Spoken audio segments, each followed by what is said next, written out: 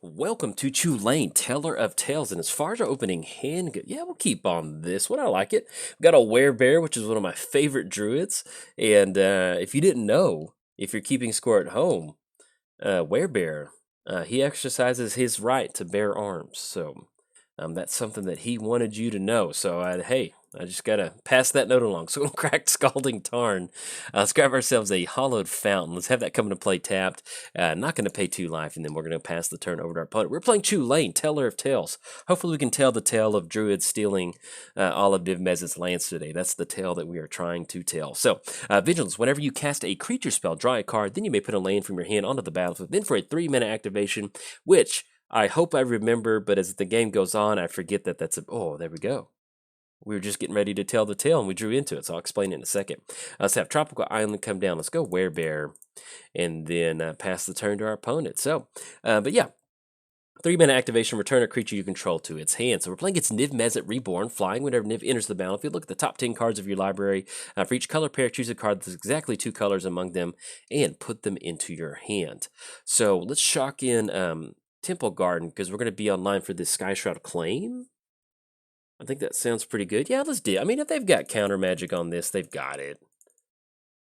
All right, so that's going to stick through. That is a very good feeling. And we're just going to split this one down the middle. Breeding Pool and Savannah. That way we're still grabbing a green source. We could go for Crashing Drawbridge, but at this point, since we do have Chulainn mana up, we need to have some sort of kind of cantrip ability once Chulainn does enter the battlefield. So pass it back over to our opponent. We did cover Niv Mizzet, did cover Chulainn. Let's give a quick shout out to our sponsors, MTGOTraders. If you want to head on over there for story time with the Guiltleaf Archdruid to tell the tale or hear the tale of us stealing lands from our opponent, hey, head on over there. It's Deer Day, and so you can read whatever you want. All we ask is that you be very quiet as we tell the story over at MTGOTraders. So there we go. So I don't know. This is dumb. Let's go ahead and lead off with. Let's go for Chulainn. I think that would be good. We are open to some sort of hit. Well. Let's leave up Heroic Intervention. I think I kind of like that a little bit better. Yeah, let's do this. So let's go Mangara. Yeah, I like this. Let's have Mangara come down, because what we can do is, this is a great removal spell test. If they've got counter magic, they want to stop this. If they've got spot removal, they're going to want to get rid of Mangara. Because with Mangara and Chulainn, you can go for that activated ability, return Mangara back to your hand, and then be good to go. So this is why we're doing it this way, because we want to try to see if we're going to shake some stuff out of our opponent's hand. All right. Psychic Strike, I'll take that. There we go. That's going to leave the commander tax up on Chulainn. The other thing that we want to do is we want to have some sort of... Werebear, go. Go. Oh, dang it. I meant to swing him into attack. That's a bummer. But yeah, we're going to have some sort of protection for Chulainn, and we're almost getting to threshold, so he's about to be a very happy camper. But yeah, we want to have some sort of protection for Chulainn once Chulainn enters the battlefield. So once again, we might end up going for Crashing Drawbridge, but that's kind of one of those we want to wait to cash in some... Ooh, we got Brago. Okay, well, thankfully with Brago, there's nothing too bad. Now with Brago and Niv Mizzet, that's not too good for us at all, so... we shall see. So let's see what we draw into. Oh, there we go. We hit a force, and our opponent is shields down. So this is pretty much exactly what we want to see. So what we're going to do on this is tap down blue. We will tap down Werebear because at this point we just want to make sure that... there we go. All right, and we're going to leave up Heroic Intervention because that way we can just protect Chulainn, and that's going to be very important for us. So our opponent's going to be, maybe is it Counterspell Magic that we can protect removal, or if they're like Eli... They're like, he has Heroic Intervention in his hand, so that way we can do that. Now, we are looking at Niv Mizzet entering the battlefield right now, which is not going to be good for us. But if we can get a few extra druids down, we need to get 7 more druids. So if that ends up happening, if we get 7 druids, we can steal their lands, but that's going to be very hard for us to do that, especially double Niv Mizzet. That is just going to be brutal. So let's see what this 10 revealed. We'll go ahead and cross off Tropical Island... Temple Garden, and I wish Magic Online would tell me which cards they put in the hand. Okay, that's exactly what, yeah, because either way, we'll just kind of leave this popped up. So there we go. That way we'll just kind of keep track of what's going on, because they're going to get another flip anyway, and it's just going to be hard. So that's going to be 2-4 coming across. Ugh. You can see I've been like banging my head against it. So if you've seen these, I don't know how I'm gonna release these videos, but I'm recording in the morning, and I've been playing against our opponent who's been playing Niv Mizzet, and their Niv Mizzet deck is very very stout. And so, oh, did our opponent misclick? Yeah. Our opponent clicked on Bracco. So Bracco's gonna exile himself. Okay, I'll take that. That's exactly what we needed. I mean, I guess maybe they didn't want to. Well, maybe they didn't want to have extra cards. If it's me, I'd dump cards in the hand. So we'll get rid of Fire Spout. That's one that we did see, and more than likely they got Ionize hanging around over there or something. All right, so Temple of Enlightenment. Okay, so let's go Scurry. It's gonna be a little scry action. Keep the score at home. Soul Ring is nice, and we can just immediately cast that. Yeah, that'll be good. All right, so we have Crashing Drawbridge. That's going to allow us to rip into Soul Ring, draw a card, which is not going to be a land, unfortunately. Nope, no land. And so we'll have that come down, and then that'll allow us to still end up going for Guilt Leaf, I think. No, that's going to cut us away on one more mana. Either way, I still think we need to... Yeah, because they got some good stuff. 3 damage to each creature. Luckily, we can kind of survive that right now. Now, if we end up going Crater Hoof, we can definitely jam a Crater Hoof next turn. I think we just got to take a hit at this point. We can always go for a Chulainn activation. It's going to be 1, 2, 3, and then one more to recast. Yeah, let's just try that. All right, so we're going to return Crashing Drawbridge to our hand. It's going to be 1, 2, 3. That way we can still just recast it and get a card draw, and then slowly start working towards... Either way, that'll still cut us down on Heroic Intervention. Okay, so what we're going to do is we're just going to pass the turn. I mean, I guess if we're waiting for a Crater Hoof, we could try to do that, but if we get hit with the Deafening Clarion or anything like that, they can, Kolaghan's Command, whatever that may be. I'm just not a huge fan of that, so... And the other thing we do need to keep in mind is with Crater Hoof, Crashing Drawbridge does give us haste, but at this point right now, we can't swing with Crashing Drawbridge. It's really not going to be that good for us. So we'll see what we can assemble. We'll see what they end up going for next turn. I think with, for each color pair, and put the chosen cards into your hand. So I don't think they got Seasons Past. Okay, so we got the entire crew swinging in. We got Niv and Bracco coming across. That's going to be 8th. That's going to put us down to 17. And then probably going to see Bracco and Niv Mizzet get exiled off of this one. And that's going to be another flip for us. Okay, and they're actually not going for the Niv Mizzet activation off of that, which is definitely interesting. Now, we can't Chulane, but I think what we'll do is we'll just hold at this point right now. And that's going to be Island. So we make the land drop. Let's still end up going for Guilt Leaf. That's going to be double green. And then 1, 2 will finally allow us to kind of start digging towards that. So it's going to be an extra card draw from Chulane. Okay, so they will end up going for Ionize. That's fine. We're still going to get an extra card draw. And then we'll put Yavimaya Coast onto the battlefield. And that's still... No, we still got Werebear. So let's go and return Crashing Drawbridge to our hand. Going to be 1, 2, 3. And then we can recast it. And then let's recast Crashing Drawbridge. And that still keeps us open on Heroic Intervention. And we're just digging a little bit deeper in our library. All right, so we're going to put that force onto the battlefield. It's going to be Crashing Drawbridge, entering once again. And then I will simply just going to go and pass the turn to our opponent. So if our opponent ends up going, either Ralzeric, they did get rid of Ionize. So that's at least we don't have to play around that anymore. Because that could stop. And we're just trying to jam a Crater Hoof. If their life total gets down low somehow, that might really allow us to maybe squeak in a win. It's still going to be hard either way, especially with Teferi being out there where they can go for the 0 building. All right, so there's going to be Excavator coming down. They can play lands out of their graveyard. There's no any sort of land destruction or anything like that that we need to worry about at this point. So that'll be Scrubland out of the graveyard. That's going to be 8 coming across. It's going to put us down. And then that's going to be 12 total commander damage too. So we almost need to just jam something next turn. So if we somehow get lucky, because we've got 1, 2, 3, 4, 5, 6, 7, 8, 9, 10, 11, 12. We've got potentially 13 mana, but I would say 12 because we need to leave we need to leave Werebear up. And so we might be able to sequence something. We'll kind of see. So All right, if we run into a creature that would be, ooh, make a stand, okay. Okay. Yeah, because they're going to be able to swing in the air with Brago and Niv Mizzet. We've got Crater Hoof, but that's not going to do much at this point right now because it's going to be +4/+4. I mean, I guess we just jam a Crater Hoof and then see what sort of weird shenanigans we draw into. I think that's it. All right, so we're able to cast a creature spell. We got Crater Hoof. I don't think this is going to be good. We might run into either some sort of counter magic or something. But we'll at least try to jam a Crater Hoof and see where this takes us, because we'll be able to cash in an extra card draw and still give our creatures haste. Okay, so that's going to destroy target artifact and werebear. Let's just go for make a stand. Yeah, I kind of like that. Creatures you control get +1/+0. That'll be good. All right, so we're going to go for make a stand. They get indestructible, and that's going to allow us to keep both of these creatures on the battlefield. Oh, we finally get to that threshold, too. Okay, look at that. All right, so we get to cash in an extra card draw off of Chulane. Tatyova, no lane to put down. Sitting at 5/4 with Werebear. He's pumped. Crater Hoof, his buddy's on the battlefield now. And let's go and push in. I don't think we've got enough to close it out, especially the Brago over there.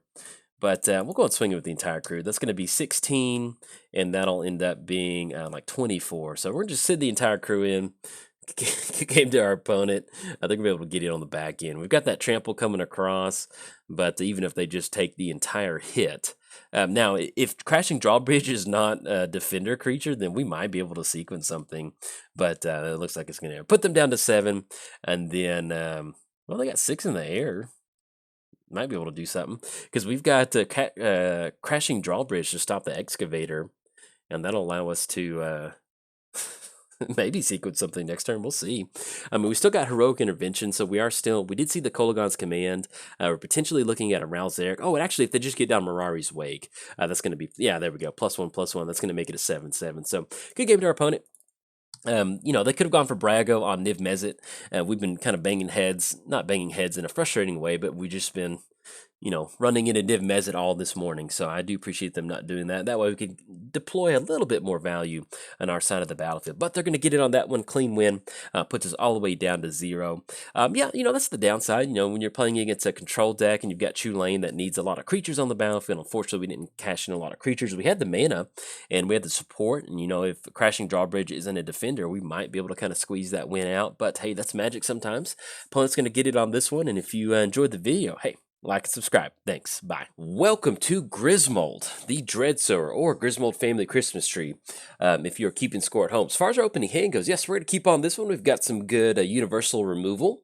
We've got a Mana Rock, and we've got Sword of Feast and Famine. So, hey, I will definitely keep on this one. Let's go lead off with Foul Orchard, because that's going to come into play tapped no matter when we play it. And then anything else, pass it over to our opponent. So we're playing Grismold, the Dreadsower, the Grismold Family Christmas Tree.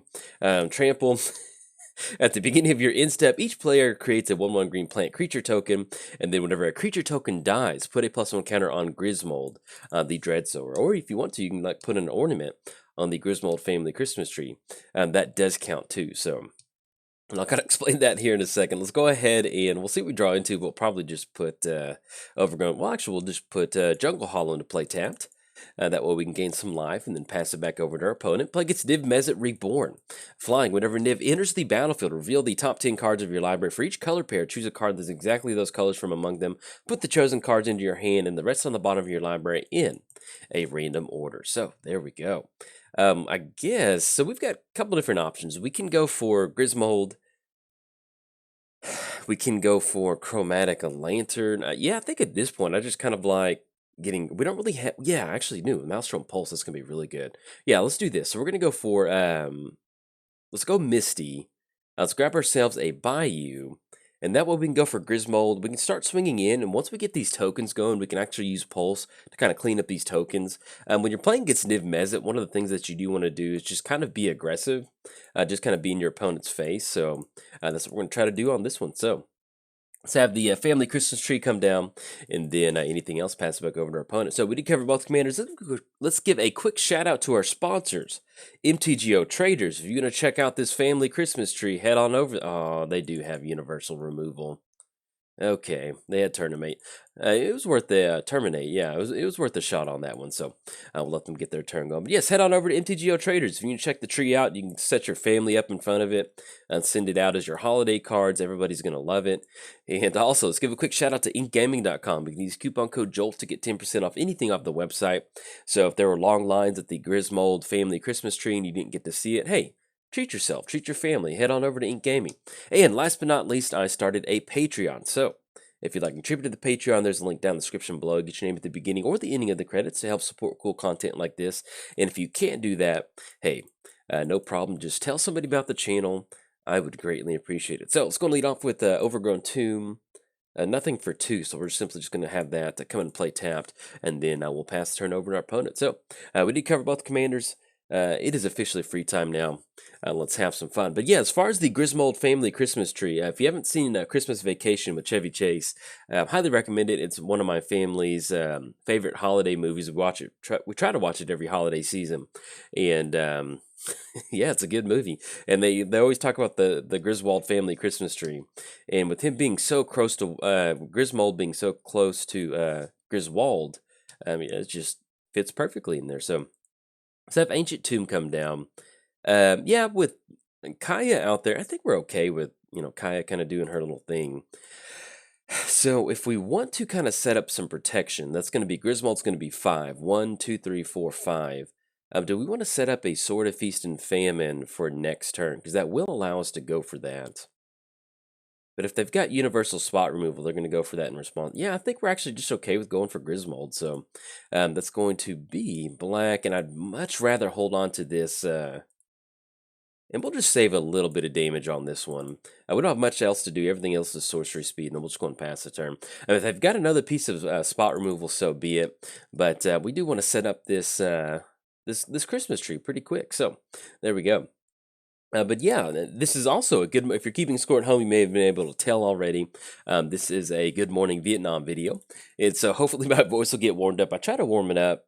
Typically what I do in the mornings is, I do a lot of my video. I get up at, if you've ever wanted to know my recording schedule during the week, I get up at 4:30 each week, each day during the weekday, and then do some video editing till about 5:30, and then I start recording. So that's why sometimes you catch a little bit of a graspy voice from me if you're wondering why that was happening. So there we go. Let's have Swamp come down. And I think we just go Sword of Feast and Famine. That's going to be... Have that, because we can equip that immediately onto Grismold. That's going to be 1, 2. There's anything else that... Well... That's going to be 1, 2... Because we can, I'd rather hold on to, let's do that. So we're going to equip, make sure we're doing this right. So we're going to go Sword of Feast and Famine onto Grismold. We're going to be able to untap these lands too. So let's go and push in for a 5/5. And we've only got like 1 card in exile, so we're good. All right, so we're going to swing in at our opponent. We just want to get this commander tax going pretty much at this point. So swing in, that's going to make them discard a card. Let's pop that reveal zone up. So we can kind of see, so there was Dreadbore, which we're definitely going to have protection from, and then there's like Vraska, the Relic Seeker. So we're in a pretty good spot. So we'll see what they end up discarding. Snow-covered plains, which we did not see in that flip off of Niv Mizzet. And we've already made the land drop. We can pulse on Niv Mizzet if we wanted to, but I still think we're better served, especially with us having protection. I'd rather kind of leave up pulse on a lot of these plant tokens, because that's going to be pretty good for us. So we'll simply just going to go and pass the turn back over to our opponent. But yeah, get up at 4:30, do video editing, and then I try to record from 5:30 to about 7:30. And so, yeah, that's that's how I do it. Then I go into my job at 8 o'clock. I'm one of those morning people. I've always been like that. Like, I get up early in the morning. Like, when we go to sleepovers as a little kid, I'd be the first one that fell asleep, and people always mess with me, and so I always hated that. But there's no trauma associated with that. It's just, hey, it just happens sometimes. And so I'm very nice. It's nice to get to an age to where if you fall asleep somewhere, people aren't going to mess with you. So, all right, opponent's going to untap the breeding pool and then tap down our Ancient Tomb, but that's going to be okay either way. So, let's see what we draw into for the turn. Draw into Field of Ruin. Okay, so at this point, we're going to be able to make the land drop. We still have a free untap with Sword of Feast and Famine. I think I kind of like going for a Field of Ruin. Yeah, let's give this a shot. So we're going to go Field of Ruin. We're going to have to sacrifice it to pop. Yeah, that's just going to give them the basic. For some reason, I was thinking Field of Ruin would untap, so that doesn't sound that enticing. So at this point, we swing in for a 7/7 if we end up going for Pulse on these plant tokens, which I think might actually end up being okay. We just don't really have a ton of card advantage at this point right now, so... And that's going to be 7. That's going to put them at 12. Yeah, we might as well just go and wait another turn, because that's going to be 10 commander damage. Yeah, let's go and push in, because we want to make them discard a card. So we're going to attack our opponent. And then Ral Zarek at this point, it's just simply sitting there, yeah, out of 5. So we've got some time on this one. So we're going to go and push in with Grismold. It's going to put them up to 10 total commander damage if this attack goes through, and it's going to force them to get rid of a card out of their hand. And so I'm trying to make sure that, actually see what they're casting at this point right now. Kaya's, oh, that is a bummer. Okay, so that will definitely get it. We're going to have to sacrifice Grismold. That is, yep, choose this one. Sacrifice that one. They get a spirit token. And then I think if we end up re-going for Grismold, that might end up working. Because we need to put some pressure on Ral Zarek, because that's going to put them at 5 next turn. Yeah, let's do that. So we're going to go for Grismold. We're going to have that come down, and then we're still going to be able to equip Sword of Feast and Famine onto Grismold, which are basically just kind of hitting the reset button. So we can survive off of that. Then anything else, we're going to pass the turn over to our opponent. So that still gives us the option to go for the Maelstrom Pulse. We'll see if they will still want to end up using Kaya on the -1. You know, if they want to pump it up to use that -5, they certainly can. But yeah, they're going to keep these plant tokens in check, which I totally get that. And so, but yeah, if you're looking for a fun commander deck to build, I highly recommend Grismold. It's one of those, oh, Bedevil, and I think that's going to keep them up on Dreadbore. So let's see if that's going to be exactly what they have in the hand. Now, it does stink to lose Sword of Feast and Famine, but at least we still have Damnation, hit the reset button. They haven't really been making doesn't look like they've been making all of their land drops. 1, 2, 3, 4, 5, 6. No, it looks like they've been making it. It's on turn 7. And so they're going to be swinging for 6. That's going to be 8. That puts us down to 12. And we'll see. But yeah, with Grismold, it's one of those commanders that you're not going to win every single game. But it is a very fun game to pilot. A very fun deck to pilot. Okay, so we go for Alpha Authority on Grismold. Yeah, that's going to give us some much-needed hexproof. I think that's good. All right, so we're going to put Alpha Authority onto Grismold. Let's go for Maelstrom Pulse on these plant tokens. And we can still take another hit from Niv Mizzet. So it's going to allow us to put 6 counters on there. Let's go and always yield to these triggers.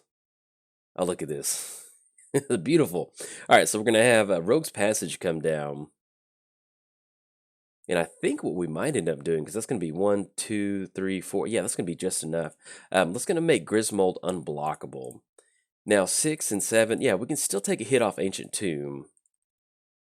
We're going to make Grismold unblockable. Let's go and push in for 6. That's going to put them at 11 total commander damage, and then we'll see if we can set it up for next turn. We do have Ral Zarek ticking up to 7 next turn, which is, it's okay. But with Rogue's Passage, that really should help us out, because we might be able to close the game out if we rip into some sort of, power and toughness bonus. It would have to be a very nice one, and probably cash in some pretty good card advantage at the same time. But hopefully we can do something like that. We do have the reset button with Damnation, but in this board state right now, with them being able to redeploy Niv Mizzet pretty quick, that probably doesn't sound that good. So, all right, opponent's going to go for Vraska. That's going to be -3, yep, on Alpha Authority, which totally understand that. We still have a 6/6, and then there's going to 3 damage to any target. So we're still in a pretty good spot at this point. They're going to have, I don't think they've used Dreadbore yet. Yeah, I was about to say, there they go. All right, so they're going to find Dreadbore. The only downside to Grismold is that if you're playing against a ton of removal, or any sort of, just standard control style deck, especially in 1v1, it's a little bit rough. But when you can get it going, It's a pretty fun deck, but yeah, because even if we end up going for, we've got Rouse Zarek that they're going to be able to plus up on, and then we go. Oh yeah, they can just pop us for 3 Rouse Zarek. So yeah, there we go. Good game to our opponent. Okay, so our opponent's going to get it on this one. Unfortunately, you're playing Grismold, and your opponent's got a lot of removal. That's one of the downsides to playing the deck. But good game to our opponent, and if you enjoyed the video, hey, like and subscribe. Bye.